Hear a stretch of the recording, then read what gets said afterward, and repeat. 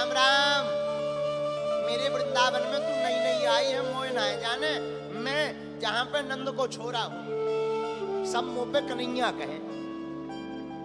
गोपी ने बातें तो सुन ली, बातें सुन करके उस गोपी को लगा तो कोई बड़ा प्यारा सा नन्हा सा छोटा सा बालक है, बड़ी प्यारी प्यारी मीठी मीठी बात कर रहा है। गोपी को लगा तो जरा टेढ़ा टेढ़ा मुंह करके देख लूं, पर ननंद बगल में खड़ी थी, कहीं अगर इसने डांट लगवा दी तो सासू मां पकड़ लेगी, बाद में आफत हो जाएगी, कौन देखे। सोई वो घूंघट डाल करके मुंह नीचे करके खड़ी रही। भगवान ने कहा, अरे गोपी, ना तो तू घूंघट खोल रही, ना अपना मुखड़ो दिखाए रही, क्या बात है। भगवान उसके पास गए और भगवान जबरदस्ती उसको घूंघट पकड़ करके मुंह को देखना चाहे, मुंह को देखना चाह रहे, तो वो गोपी ने धक्का दे करके मुंह टेढ़ा कर लिया और घूंघट को बड़े जोर से गर्दन के पास में पकड़ लिया।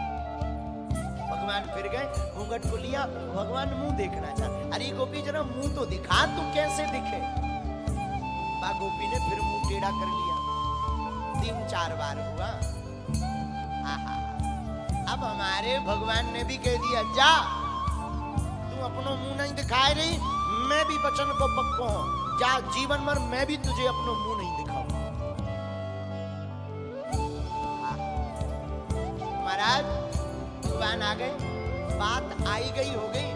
2-3 वर्ष बाद इंद्र ने कोप किया, इंद्र ने कोप करके वर्षा की, मूसलाधार बारिश हुई, सारे ब्रजवासी फड़फड़ा गए, अरे कन्हैया बचाओ, ओ कन्हैया, ए ठाकुर, ए नंद के लाला, बचाओ बचाओ बचाओ। सारे ब्रजवासी आए तो भगवान कहते, चलो गोवर्धन की तलहटी में चलते। गोवर्धन की तलहटी में भगवान ने अपनी छोटी उंगली पर पर्वत को उठा लिया, पर्वत को उठा करके रखा। तो सब ब्रजवासी गोवर्धन पर्वत के नीचे आए, वो गोपी भी उस गोवर्धन पर्वत के नीचे आई, जिसने भगवान को अपना मुख नहीं दिखाया। यहां पर एक घटना घटी। आहा, क्या वह गोपी अचानक जब गोवर्धन पर्वत में सब ब्रजवासी नीचे थे तो सब आपस में चर्चा कर रहे थे। 3 दिन हो गया, 4 दिन हो गया, कन्हैया ने नेक आराम तक नहीं किया। उस गोपी ने सोचा कोई इतना छोटा सा बालक इतना बलवान, देखा जाए। और जिस गोपी ने अपना मुंह नहीं दिखाया था, वो धोखे से कन्हैया को देख गई। जहां वो काली कारी कजरारी अखियां, वो घुंघराले बाल, वो अंगुली के ऊपर गोवर्धन पर्वत धारण किए, पैर के ऊपर पैर रखे, वो जरा कमल लचकी हुई और वो मधुर मुस्कुराहट, वो बड़े बड़े कपोल। और जहां कन्हैया के सुंदर रूप चितवन चित चोर माखन चोर कन्हैया ब्रजनंदन यशोदा नंदन को देखा, सोई गोपी अपना सुध बुध खो बैठी। हे भगवान, मैं कितनी बावरी थी, मैं कितनी पागल थी, जो ठाकुर के स्वरूप को नहीं देख पाई। भगवान ने देखा कि गोपी हमें देख रही, तो भगवान ने टेढ़ा मुंह कर दिया।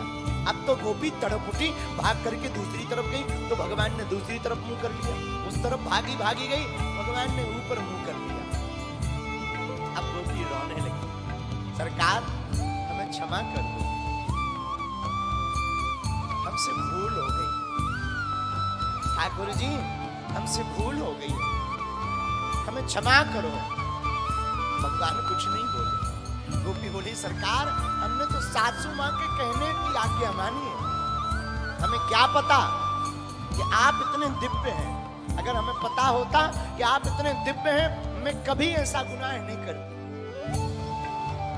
भगवान ने अपना मुंह नहीं दिखाया।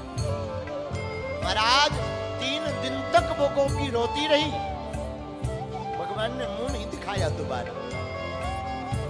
गोपी रोते रोते अधीर हो गई, पागल सी हो गई। घर वाले समझाते रहे, अरे तू बाबरी है, मैंने पहले ही कहा था इसको मत देखना, ये बड़ा छलिया है। गोपी चिल्ला करके कहती, अब क्षमा करो माँ, ये छलिया ही हमको चाहिए। अब एक बार आंख टिक गई है, अब तो संसार में मुझे कहीं प्रिय नहीं लगता, अब तो बार बार मुझे माधव की वो मोहिनी मूर्त ही दिखाई पड़ रही। माँ कहती, तू बाबरी हो गई है, तू जोगन हो गई है,